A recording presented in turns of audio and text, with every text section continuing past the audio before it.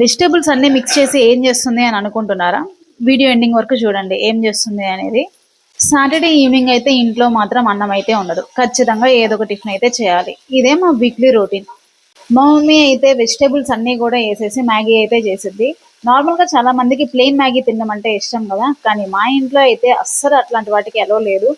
దేంట్లో అయినా సరే వెజిటేబుల్స్ వేయాల్సిందే. ఆనియన్, టమాటో, గ్రీన్ మిర్చితో పాటు క్యారెట్ కూడా యాడ్ చేస్తుంది మా అమ్మ. అంతకుముందు అయితే ఆలు కూడా యాడ్ చేసింది, కానీ నాకైతే అంత టేస్ట్ అనిపించలేదు. ఎందుకంటే ఆలు యాడ్ చేస్తే మనకి స్వీట్నెస్ ఎక్కువగా పెరిగిద్ది.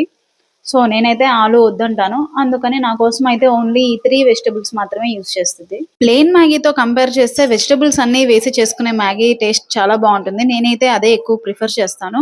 ఇంతవరకు ట్రై చేయని వాళ్ళు ఎవరైనా ఉంటే వెజిటబుల్స్ మిక్స్ చేసి ఒకసారి మ్యాగీని అయితే ట్రై చేయండి. టేస్ట్ అయితే చాలా బాగుంటుంది.